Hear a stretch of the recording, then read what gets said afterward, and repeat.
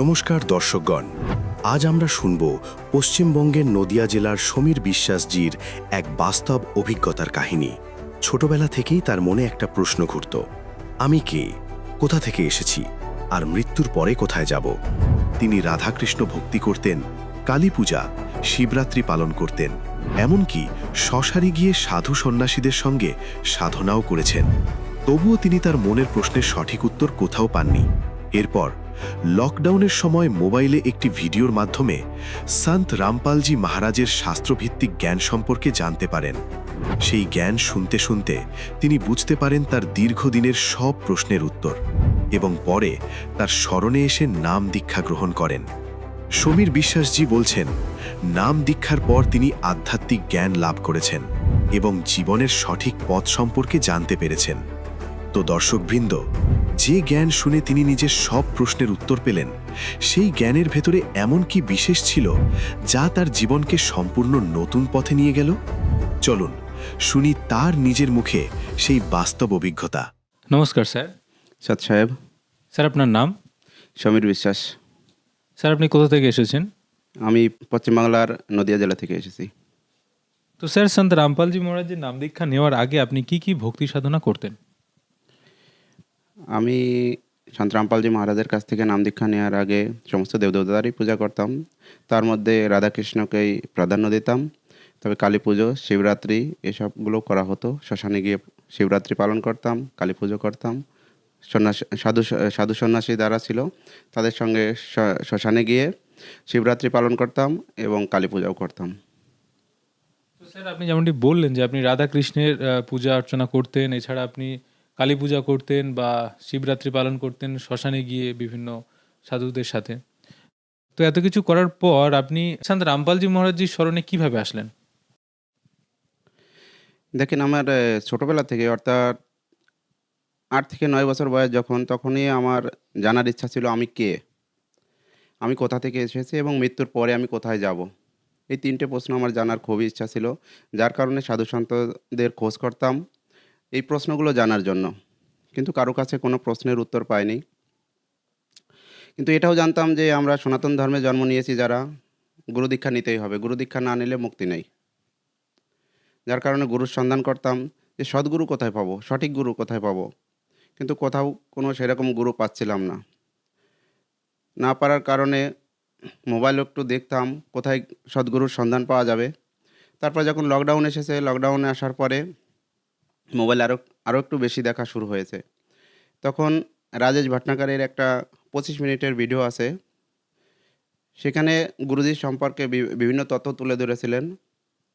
সেই ভিডিওটা দেখার পরে গুরুজির সম্পর্কে জানতে পারি। জানার পরে ইউটিউবে গিয়ে সন্ত রামপালজি মহারাজ সার্চ করে গুরুজির সম্পর্কে আরও কিছু জানতে পারি এবং ওনার ভিডিও অথবা সৎসঙ্গ শুনতে থাকি। সৎসঙ্গ শুনতে শুনতে আমার যে মনের প্রশ্ন ছিল ছোটোবেলা থেকে, সমস্ত প্রশ্নের উত্তর তখন পেয়ে গিয়েছি। তারপরেই গুরুজির কাছ থেকে নাম দীক্ষা নিয়েছি। তবে নাম দীক্ষা নেওয়ার আগে আরও কিছু ঘটনা ঘটেছিল আমার সঙ্গে। গুরুজির সৎসঙ্গ শোনার ৩ থেকে ৪ মাস আগে থেকেই দেবদূতারা আমার সঙ্গে দর্শন দেওয়া ধরেছিলেন। প্রথমে কালীর দর্শন পেলাম। কালীকেও এই প্রশ্ন জিজ্ঞাসা করব যে আমি কে? কিন্তু উনি আমার সঙ্গে কোনো কথা বলেননি, শুধু দর্শনই দিয়েছেন। তার ১ সপ্তাহ পরে ব্রহ্ম মুহূর্তেই শীতলা দেবীর দর্শন পেয়েছিলাম। শীতলা দেবীর সঙ্গেও একই কথা বলব বলে আমি ওনার সঙ্গে কথা বলার চেষ্টা করেছি। দেখছি মন্দিরে কান্না করছেন। কিন্তু যখন ওই মন্দিরের সামনে গেলাম, আমাকে দেখে উনি চোখের জল মুছে আবার মূর্তি হয়ে গেলেন। আমার প্রশ্নের আর উত্তর আমি জানতে পারলাম না। তার কিছুদিন পরে আমি দেখছি রামের ভাই লক্ষ্মণকে একটা রাস্তা দিয়ে আসছেন। জঙ্গলের মাঝ থেকেই আসছেন অবশ্য। তো ওনাকে তখন আমি এই প্রশ্নটা করেছিলাম, আমি কে? তখন লক্ষ্মণ বললেন, তুমি শিবের কাছে যাও। শিবের কাছে গেলে এই প্রশ্নের উত্তর জানতে পারবে। তখন আমি শিবলোকে গেলাম। শিবের কাছে গিয়েও আমি একই প্রশ্নের উত্তর জানতে চাইলাম। কিন্তু প্রথমে আমাকে ওনার যে ২ জন পাহারাদার ছিলেন শিবের, তেনারা আমাকে কোনো কথা বলতে দিচ্ছিলেন না। বলছিলেন যে শিব এখন ধ্যানে আছেন, শিবজি, ওনার সঙ্গে এখন কথা বলা যাবে না। আমি অনেক সময় অপেক্ষা করলাম। কথা বলতে দিচ্ছিলেন না ওনারা। তারপর অপেক্ষা করতে করতে দেখলাম যে এরকম থাকলে তো আমি আর কথা বলতে পারবো না। আমি প্রশ্ন জিজ্ঞাসা করে বসলাম ওনাকে, মানে শিবজিকে, যে আমি কে? তখন উনি চোখ বন্ধ করে আমাকে একটা মন্ত্র দিলেন। সেই মন্ত্রটা যখনই আমি উচ্চারণ করি, আমার শরীরের চেহারা পরিবর্তন হয়ে যায়। আমি আগের জন্মে কী ছিলাম সেই সব দেখানো শুরু হয়ে যায়। দ্বিতীয়বার যখন আমি ওই মন্ত্রটা আবার জপ করতে যাব, তখন আমার দাদার মেয়ে আমাকে ঘুম থেকে তুলে দিলেন। অর্থাৎ ব্রহ্ম মুহূর্তে আমি স্বপ্নটা দেখছিলাম। তা তারপরে আর আমি দেখতে পারি না ওইসব বিষয়ে। কিন্তু সন্ত রামপালজি মহারাজের সৎসঙ্গ যখন শুনি, সেই মন্ত্রের ভেদ খুলে দিয়েছেন উনি, যে এই মন্ত্রের কী হয়। তো এই মন্ত্রে আমরা ভূত ভবিষ্যৎ হয়তো দেখতে পারি, কিন্তু এতে মুক্তি নাই। অর্থাৎ 84 লাখের সার্কেলেই থাকতে হবে, মুক্তি পাওয়া যাবে না সেই মন্ত্রের মাধ্যমে। তো স্যার যেমনটা আপনি বললেন যে আপনি আগে প্রচুর ভক্তি সাধনা করতেন এবং সেই সাথে আপনি সন্ত রামপালজি মহারাজজির শরণে আসার কিছুদিন আগে আপনি বিভিন্ন দেবী দেবতার দর্শনও পেতে শুরু করেছিলেন। কালী ঠাকুরের দর্শন থেকে শুরু করে শীতলা মায়ের দর্শন, এমনকি আপনি লক্ষণের দর্শন পেয়েছিলেন এবং তারপর শিব ভগবানের সাথেও আপনার বার্তালাপ হয় এবং সেখান থেকে আপনি স্বপ্নে একটা মন্ত্র পান। তো এত কিছুর পরে আপনি সন্ত রামপালজি মহারাজজির শরণে কেন আসলেন? সন্ত রামপালজি মহারাজের শরণে আসার মূল কারণ হচ্ছে তত্ত্বজ্ঞান। ইনি যে জ্ঞানটা বলছেন, শাস্ত্র অনুকূল জ্ঞান বলছেন। শাস্ত্র অনুকূল ছাড়া যদি আমরা ভক্তি করি তাহলে মুক্তি পাবো না। আর মুক্তির একমাত্র ওই উপায় হচ্ছে শাস্ত্র অনুকূল ভক্তি সাধনা। শাস্ত্র অনুকূল ভক্তি সাধনায় একমাত্র বর্তমান পৃথিবীতে সন্ত রামপালজি মহারাজ করাচ্ছেন, যার কারণে এনার শরণে এসেছি। আরেকটা বিষয় জানতে চাইবি যে স্যার আপনি বললেন যে শাস্ত্র অনুকূল ভক্তি। তো শাস্ত্র অনুকূল ভক্তি বলতে আপনি ঠিক কি বোঝাতে চাইছেন? শাস্ত্র অনুকূল ভক্তি বলতে যেরকম সরকার দেশ চালাচ্ছেন, দেশ চালানোর জন্য একটা প্রত্যেক দেশের একটা সংবিধান থাকে। সেই সংবিধানের অনুসারে যদি প্রজাগণ চলাচল করে, তাহলে সেই দেশের শান্তি শৃঙ্খলা বজায় থাকে এবং দেশের উন্নত হয়। আর যদি সেই সংবিধানের বিপরীতে কেউ চলাফেরা করে, তাহলে তাকে জেলে যেতে হয় এবং শাস্তি উপভোগ করতে হয়। তো বেদ গীতা হচ্ছে আমাদের আধ্যাত্মিক সংবিধান। এই বেদ গীতার অনুসারে যদি ভক্তি সাধনা না করা হয়, তাহলে আমাদের প্রত্যেককেই নরকে যেতে হবে। আর সন্ত রামপালজি মহারাজই বর্তমান পৃথিবীতে একমাত্র বেদ গীতার অনুসারে ভক্তি সাধনা করাচ্ছেন। এই কারণেই বলা হচ্ছে যে সন্ত রামপালজি মহারাজ শাস্ত্র অনুকূলে ভক্তি সাধনা করান।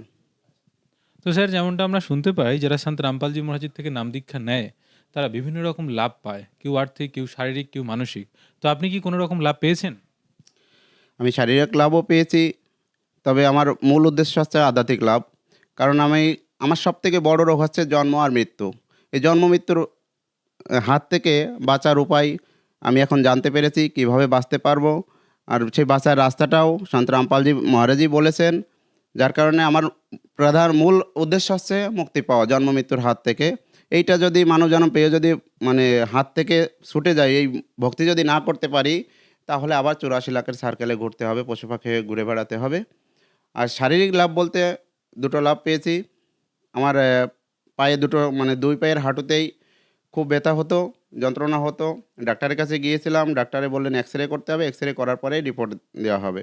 রিপোর্টে যে এরকম আসবে সেই হিসাবে ট্রিটমেন্ট হবে। তখন আমি সেবাতেই ছিলাম গুরুজির। তারপরে যখন ডাক্তারের কাছ থেকে রিপোর্ট নিয়ে এক্স-রে করিনি অবশ্য। এক্স-রে করার আগেই আমি ডাক্তারের কাছ থেকে যখন এসেছি, আসার পরে গুরুজিকে প্রণাম করে জানিয়েছি, "গুরুজি, আমি তো আপনার সেবাতে আছি।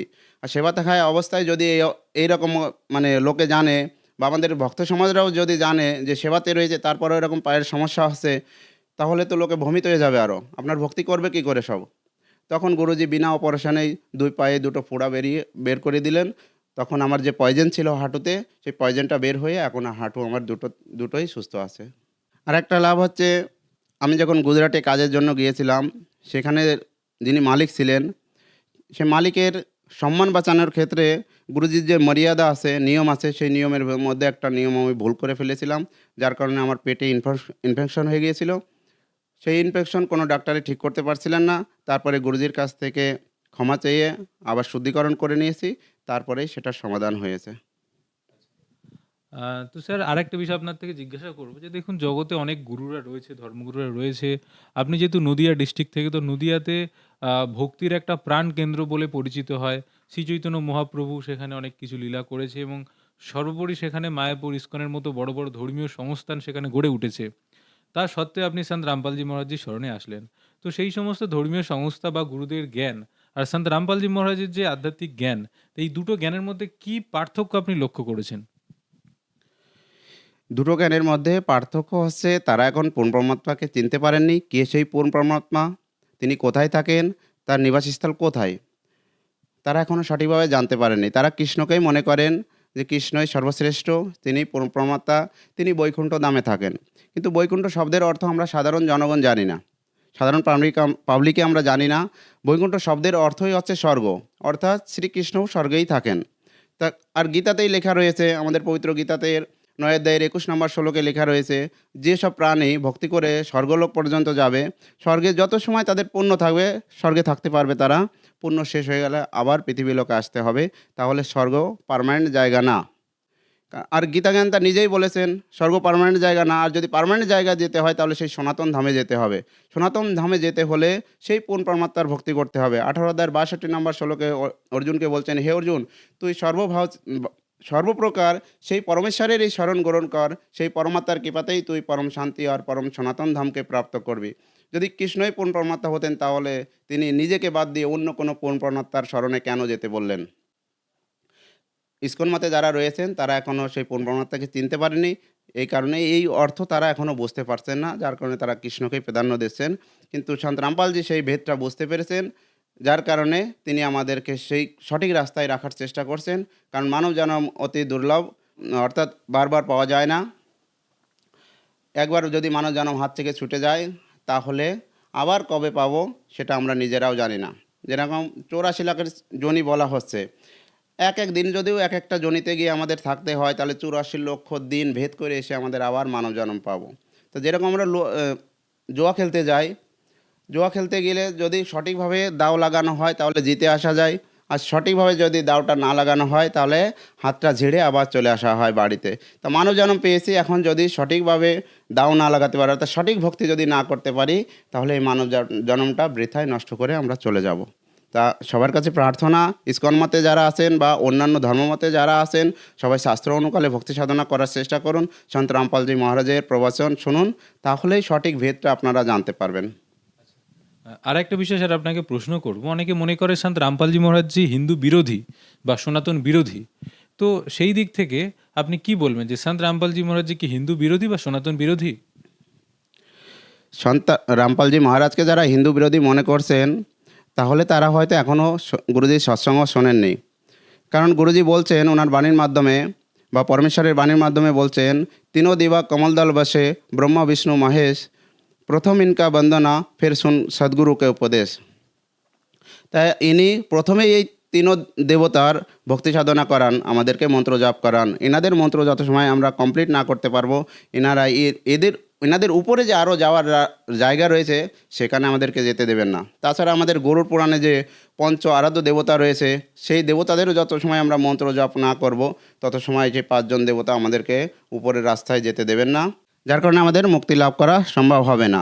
তো যদি মুক্তি লাভ করতে হয় তাহলে এই দেবদেবতাদেরই প্রথমে আরাধনা করতে হবে, সাধনা করতে হবে। এদের সাধনা যত সময় না করব, উপরের ভক্তি সাধনা যতই করি আমরা সেখানে যেতে পারবো না। এটা আপনি খুব স্পষ্টভাবে বললেন যে সন্ত রামপালজি মহারাজ যে হিন্দু বিরোধী বা সনাতন বিরোধী নন। উনি প্রথমে যে পঞ্চদেব, অর্থাৎ ওনার বাণীর মাধ্যমে উনি এটা পরিষ্কার করেছেন যে উনি পঞ্চদেবের প্রথম যে সাধনার মন্ত্র সেটা উনি দেন, এবং সেই মন্ত্র করার পর সাধক উচ্চ স্তরের যে ভক্তি, সেই ভক্তি লাভ করতে পারে এবং মুক্তি লাভ করতে পারে। তো স্যার একটা বিশেষ প্রশ্ন, যেরকম আজকে ভক্ত সমাজ বিভ্রান্ত হয়ে রয়েছে, কারণ অনেক মত, অনেক পন্থ বার হয়ে গেছে, অনেক আলাদা আলাদা গুরুর আলাদা আলাদা মতাদর্শ। তো একজন সাধারণ ভক্তের জন্য একটা সঠিক গুরু নির্ধারণ করাটা অত্যন্ত কঠিন বিষয়। তো সেই ক্ষেত্রে দাঁড়িয়ে সঠিক গুরু কিভাবে নির্ধারণ করবে একজন সাধারণ ভক্ত, সে বিষয়ে আপনি কি বলতে চান?